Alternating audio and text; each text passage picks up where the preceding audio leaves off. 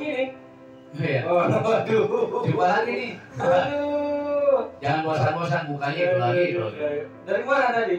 Nah, biasa kita habis keliling-keliling jalan naik kereta api. Gak ada. Listrik sekarang. Iya, kereta listrik. Enak duduk lewat. Enak duduk lewat. Jadi kita sengaja tiap kalau kita lagi santai naik kereta api Jakarta Bogor, lalu ke Priuk, baru ke Tanah Abang, nggak turun-turun tuh seharian. Cukup Rp3.000 karena nggak turun-turun kan keluar kan. Nah kalau kita take out berarti kan keluar, nah kena baru charge itu tergantung jauh dekatnya gitu kan. Gitu. Kita sapa dulu kayak udah mulai ini. Ya mulai.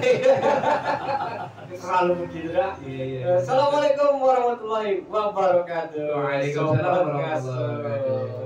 Jadi yang menemani ngasuh Kang Nana di sore hari ini kembali bersama Pak Oyo. Karena kemarin pembahasannya walaupun sensitif tapi seru nih Pak nih. Iya. Apalagi kemarin Bapak bilang bahwa sebenarnya karena adanya pendamping buat teman-teman pengamen yang netral itu membuat apa ya, kemungkinan bahwa adanya eksploitasi, kemudian juga pemanfaatan ya Pak ya. Jadi si pendamping itu yang awas itu memanfaatkan posisinya untuk meraup keuntungan lebih besar gitu Pak ya. Ya. Karena kan tidak menutup kemungkinan dia main ambil kan ternyata nggak tahu Pak ya. Apalagi kan minta liatin nih, misalnya duit berapa gitu kan, dia bilang 50.000 apa dia bilang 5.000 kan. Iya. Saya percaya aja karena udah dianggap kawan, dianggap sobat ya kan. Iya. Ya, ternyata tadinya duitnya dibilang 5.000 ternyata aslinya 20.000 apa 50.000 gitu. Ya, Nah hal semacam itu yang menyebabkan bahwa teman-teman tunanetra dijadikan sebuah bahan eksploitasi atau objek manfaat buat teman-teman awas ini. Ini oknum ya Pak ya, nggak semua kita pukul rata Pak ya. Iya. Nanti takutnya netizen repot gitu.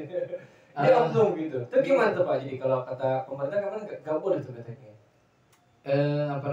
Ada yang lupa saya. Waktu itu kan pembikinan perda zaman Pauji Bowo itu teman-teman dari disabilitas netra juga ikut. Sebetulnya memang kalau untuk para pengamen itu dilarang sih. Tapi ada kebijakan-kebijakan tertentu untuk teman-teman netra. Ini ngamennya sendiri dilarang sebenarnya. Sebenarnya dilarang itu kalau di jalanan itu. Kalau misalnya kecuali kalau terorganisir misalnya. Ya, ada grup band, ada grup band, penyanyi di kafe, penyanyi di kafe dan jadi melamar terus dites seperti itu kan. Nah, tapi karena keterpaksaan itu tadi, yang kita bilang itu kan. Nah, tapi dengan dari perwakilan disabilitas netra itu memperjuangkan, akhirnya ada kebijaksanaan seperti itu dengan catatan. Nah, harus bisa mandiri dan berkarya. Artinya berkarya, nyanyi yang bagus. Jangan musik ke sono, nyanyi ke sini gitu. Ada juga yang cuma muter musik doang Pak. Ada juga yang cuma mutar musik doang. Sebetulnya itu, nah itu yang kalau bisa jangan gitu kan. Tapi tidak bisa dipaksakan juga karena memang kalau cuma muter musik doang terus keliling-keliling kan orang ngandelnya karena kasihan aja Pak. Ya, bukan karena penghargaan tapi karena kasihan ya. Kalau yang nyanyi yang bagus kan ada yang minta lagu atau ada yang di sini berapa lagu ditangkap gitu kan, apalagi yang grup pakai gitar seperti itu kan. Nah, ya jelas ya yang mungkin yang masih diberikan kelonggaran atau dispensasi itu yang berkarya gitu kan. Pakaian rapi. Nah, itu kan pakaiannya harus rapi. Jangan mentang-mentang tunet buncel ada kemal gitu. Ciluh kemana-mana. Ciluh teh belek ya, belek teh kotoran mata gitu. Belek ada di Sunter pasar belek. Ada di pasar belek. Kalau berarti pasar Ciluh. Nah, gitu. Ya mohon maaf ya barangkali ada pedagang pasar belek gitu kan, yang nonton bukan itu. Nah seperti itu. Jadi Memang pakaian rapi, suara rapi, tipnya yang suaranya enak. Ya, ini lah gitu nggak sembel.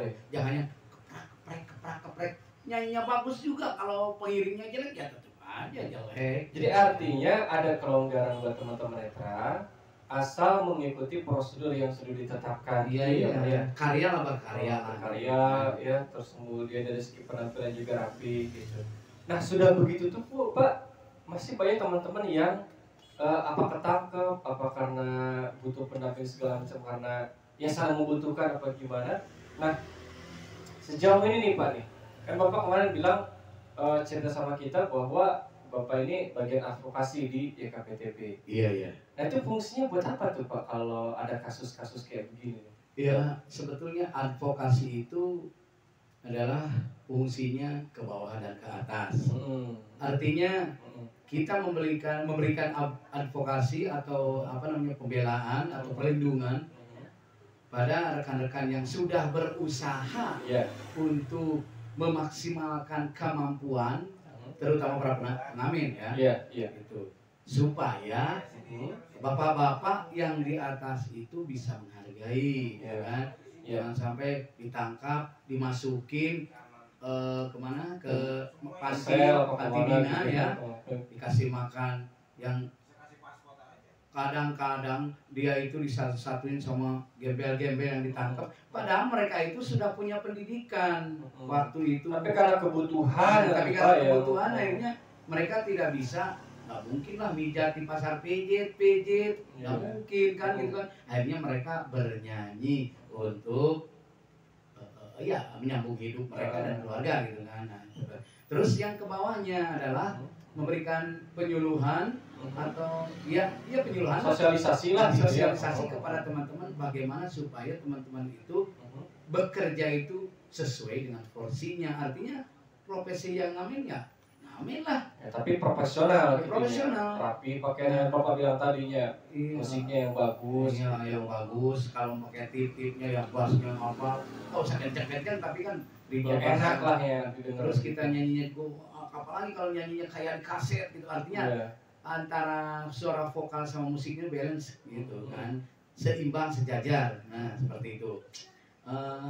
Terus mengenai kemandirian gitu kan, bukannya kita apa-apa kalau misalnya yang paling utama adalah untuk supaya warga negara Indonesia itu tidak ada pemalas. Ternyata misalnya yang sempurna yang bisa melakukan apa-apa yang tidak bisa dilakukan oleh kita, ya dia harus sesuai dengan porsinya supaya bangsa itu punya kader-kader baik untuk kemajuan bangsa dan negaranya kan gitu. Artinya sumber daya manusianya itu betul-betul diberikan untuk negara gitu kan. Jangan sampai tunanetra itu dijadikan objek atau dijadikan teman usaha dan ada segelintir orang yang nakal gitu kan. Nakalnya itu ya melakukan apa, diskriminasi.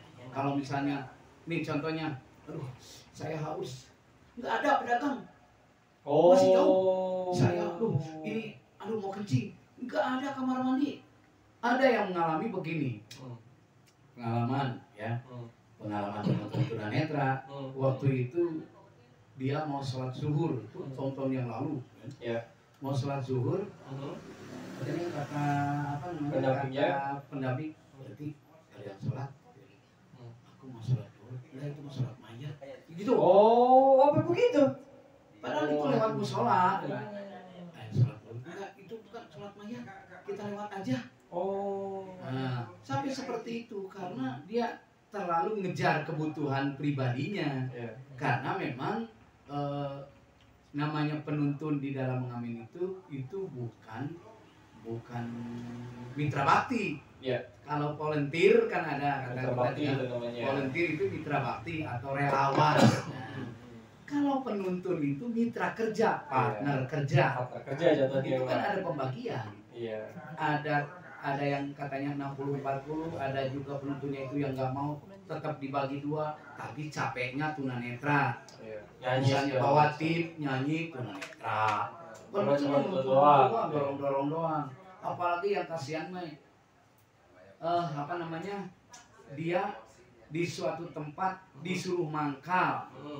Jadi dia nyanyi sendirian sementara penuntunnya main HP. Oh, tuh kan, pergi ke warung main HP, chatting, bobogohan dan itu seperti itu ya.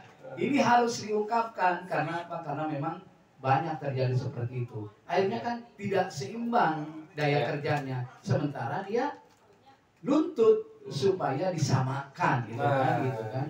Jadi capeknya nggak sama. Sementara tunanetra mau nyanyi sampai tenggorokannya kenceng-kenceng itu kan, panas-panasan, maka dia sendiri chattingan, main HP, makan bakso.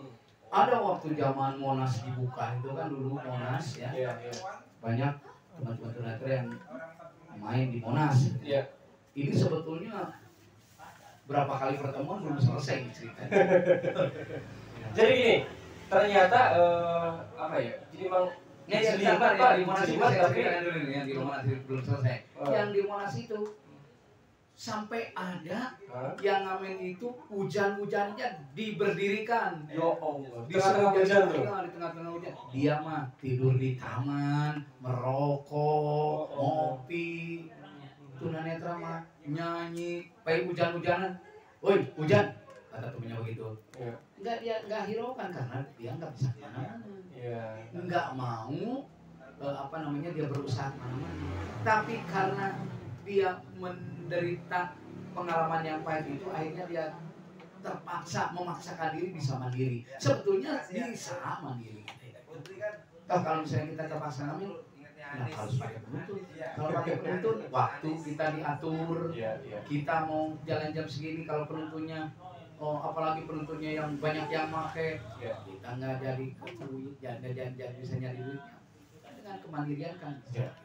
Jadi memang itu segelintir apa ya? Ya kalau di situ mah banyak Pak ya. Semua kan maksudnya apa namanya? Jangan sampai terjadi silih manfaat, tapi ya saling memanfaatkan, namun tidak berimbang gitu ya. Tapi di lapangan begitu. Di lapangan. Baik teman-teman Kaso, sobat Kaso dimanapun, kita cerita begini, Pak Ayu cerita begini bukan semata-mata ingin sekali lagi bukan ingin menyudutkan ya, saling menyudutkan antara tunanetra dan teman-teman yang memang jadi pendamping bagi teman-teman netra yang mengamen. Tapi sekali lagi masing-masing mempunyai hak dan kewajiban untuk mencari nafkah. Jadi penuhi hak dan kewajibannya, dan memang ya kalau oknum seperti itu tidak sedikit. Tapi mungkin setelah menyimak obrolan kita pada sore hari ini, mudah-mudahan bisa tergambar bahwa masih banyak kesempatan dan momen buat teman-teman awas dan netra untuk membangun partner kerja yang baik, yang profesional. Iya, seperti itu. Apalagi kita kalau ngobrol begini terus bisa sampai Isa nih Pak. Iya. Udah mau jadi maghrib lagi. Karena memang saya terus terang aja momen seperti ini saya memang saya tunggu-tunggu karena untuk apa? Untuk supaya masyarakat itu tahu bahwa sebetulnya teman-teman tunanetra itu walaupun mereka mengamen juga berpendidikan, tidak bisa disepelekan. Artinya inilah penghidupannya disejajarkan di masyarakat sesuai dengan kemampuannya masing-masing. Kita pamit dulu Pak. Iya, takutnya belum maghrib nanti apa susah lagi. Oke, sobat Kaso jangan lupa nih kalau udah nonton begini, kita udah nyimak begini, tentu jangan lupa di subscribe dan di like ya, share juga bagi teman-teman lain. Dan semoga konten kita yang emang terlalu panjang nih sekarang pada kan gimana ya kalau nggak dibahas, sayang ya. Iya.